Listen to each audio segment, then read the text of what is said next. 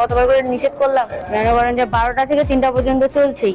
হুমকি দিচ্ছিল, বলতেছিল কট দিবে, বলতেছে তামিমকে পুলিশে ধরা দিবে, যে সে বলতেছিল। তো সেই জন্য ওদেরকে দিতে হইছে।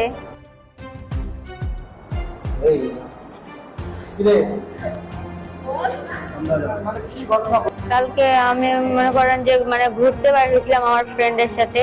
তো ওই হচ্ছে আমাকে ভুলভাল বুঝায় গোডাউনে নিয়ে গেছে। ওখানে নিয়ে যায় আমার উপরে মানে মানে আমাকে ধর্ষণ করা হয়েছে। ওরা 3জন মিলে আমাকে জোর জবরদস্তি করে ধর্ষণ করছে।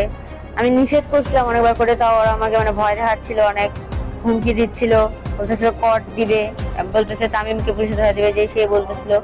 তো সেই জন্য ওদেরকে দিতে হইছে। আবার ফের আমি যে অসুস্থ হয়ে পড়ছি ওরা ওটা দেখেই না, ওরা আমাকে জোর করে করতেছে। আমি যে কতবার করে নিষেধ করলাম, ওরা আমাকে বাথরুমে নিয়ে যে ধুয়ে নিয়ে আসে আবার করতেছে। আমি এটা হচ্ছে আমার উপরে মনে করেন যে 12টা থেকে 3টা পর্যন্ত চলছেই। তারপরে পুলিশ এসে উদ্ধার করছে, নাহলে তো আমি কালকেই ওখানেই মরতাম। ওরা হচ্ছে বাইক নিয়ে বাইরে হয়েছিল ওটা 3টার দিকে বাসায় যাওয়ার জন্য।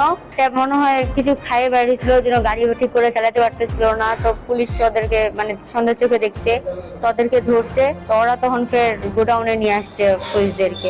তামিম নামের একটা ছিল, তামিম হচ্ছে আমার ফ্রেন্ড হয়, তামিমের সাথে গেছিলাম। ও আমাকে এমনি ঘুরার নাম